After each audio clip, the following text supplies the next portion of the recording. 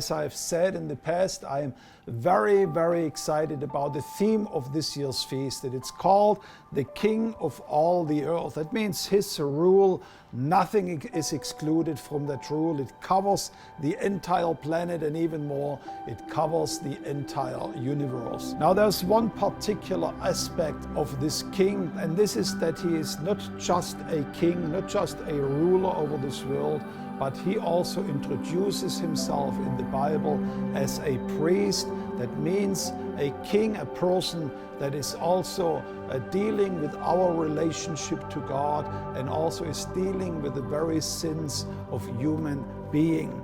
In Genesis chapter 14, it's the very first time the Bible speaks about the kingship of God.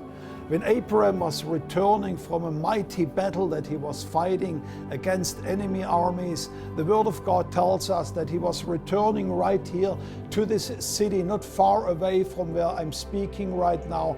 He encountered a almost mysterious figure. His name was called Melchizedek. And we read about him the following, and he says, as he returned from the battle and the defeat of Kedor Laomer, and the kings who were with him, the king of Sodom went out to meet him in the valley of Shaveh, that is the king's valley. And Melchizedek, the king of Salem, brought out bread and wine, for he was a priest of the Most High God. And he blessed him, saying, Blessed be Abraham by God, the Most High God, the possessor of heaven and earth.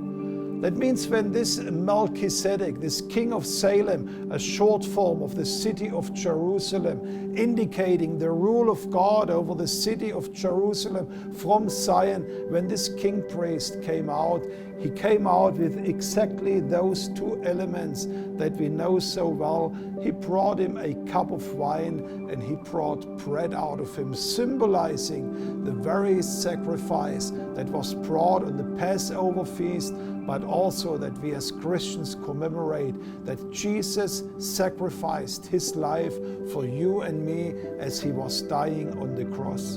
And this gives us a very amazing revelation over this king, that he is not just this supreme ruler over the world, but he also is a servant king.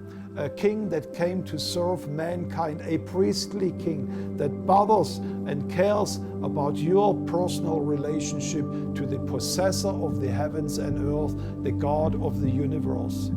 The book of Philippians tells us, Paul was writing there, that Jesus Christ, he was giving up the glory that he had with the Father.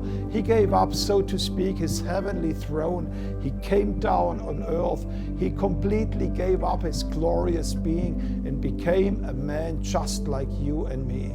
And not only that, he says he was obedient even as far to die, and not just to die, but to die the most excruciating death that a man could die at that time. And this was to hang at a cross as the one who was the ultimate sacrifice for the sins of this world. And this is the King whom we are serving.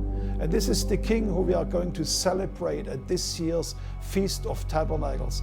I already now look very much forward to join you and to celebrate with you, and no other spot than the Garden Tomb itself in Jerusalem, this amazing King that gave himself for the salvation of mankind.